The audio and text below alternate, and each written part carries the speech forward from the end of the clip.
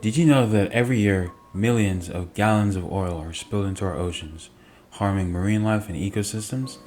In fact, according to the NOAA, the U.S. National Oceanic Atmospheric Administration, they respond to as many as over 150 oil spills each year.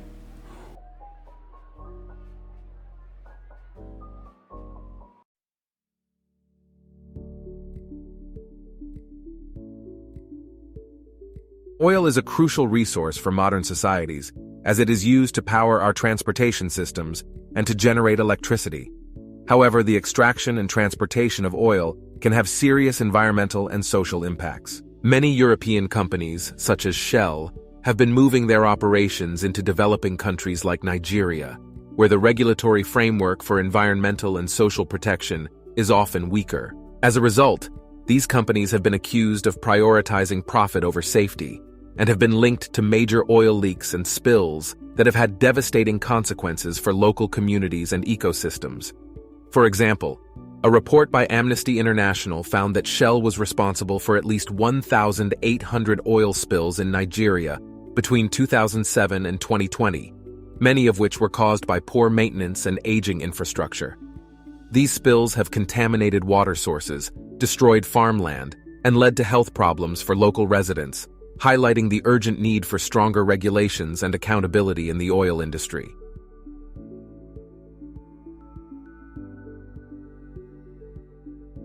So, what can we do to clean up these oil spills and protect our oceans? In this video, we'll explore 4 different solutions to oil spills: controlled burning, skimming, chemical dispersion, and bioremediation. Bioremediation is the process of using living organisms to remove or neutralize pollutants from contaminated areas. In the context of oil spill cleanup, bioremediation involves the use of microorganisms, such as bacteria and fungi, to break down the oil and its components into harmless substances. This method has gained popularity due to its environmentally friendly approach and the fact that it does not involve the use of harmful chemicals. Statistics show that bioremediation has been used successfully to clean up several oil spills globally. One notable example is the Exxon Valdez oil spill that occurred in Alaska in 1989, where bioremediation was used to remove the oil from the shorelines. Additionally, the Deepwater Horizon oil spill that occurred in the Gulf of Mexico in 2010 also saw the use of bioremediation to clean up the oil. There are several advantages of using bioremediation as a method of oil spill cleanup.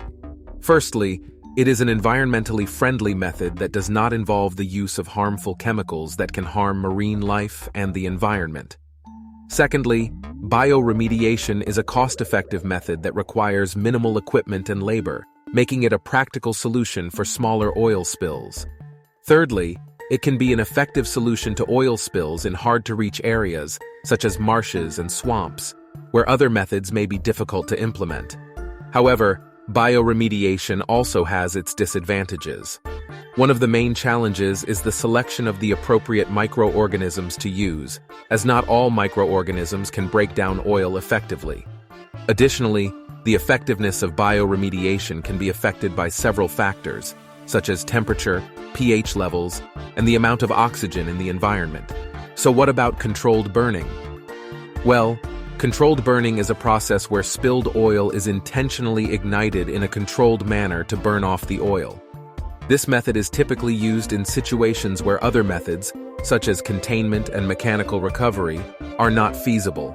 According to the National Oceanic and Atmospheric Administration, NOAA, controlled burning can effectively reduce the amount of oil in the water by up to 90% in certain circumstances. But it can also release toxic fumes and generate air pollution. So it's not always the best solution. To better understand how controlled burning works, imagine a campfire. When you light a campfire, you're essentially burning wood to create heat and light. In the case of controlled burning for oil spills, the spilled oil is ignited, creating a controlled fire on the surface of the water. As the oil burns, it releases heat and light, just like a campfire.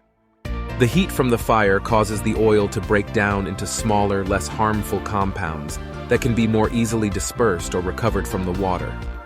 While controlled burning can be an effective method for cleaning up oil spills, it's important to note that it's not always the best option. Factors such as weather conditions, the type and amount of oil spilled, and the location of the spill can all affect the success of controlled burning.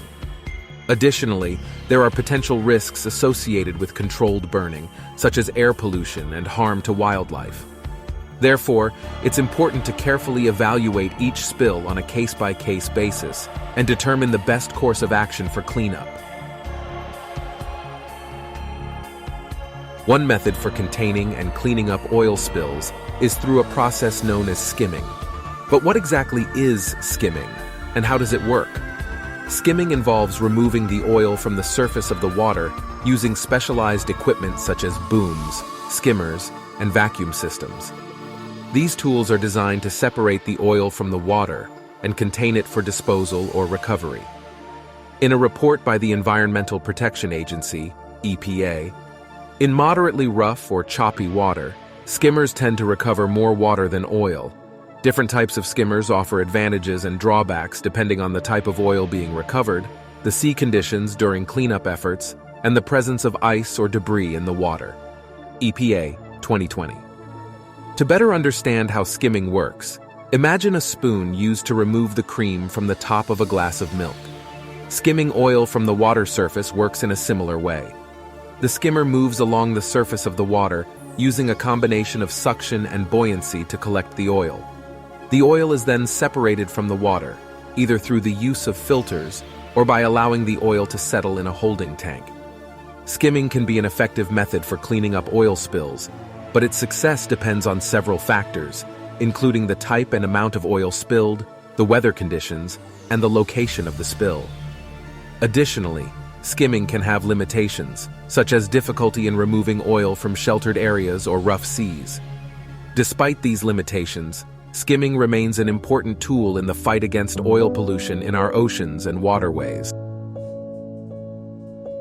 The use of chemical dispersants is one method that has been employed to mitigate the damage caused by these spills. Chemical dispersants are essentially a mixture of chemicals that are designed to break up oil slicks into smaller droplets, which can then be broken down by natural processes.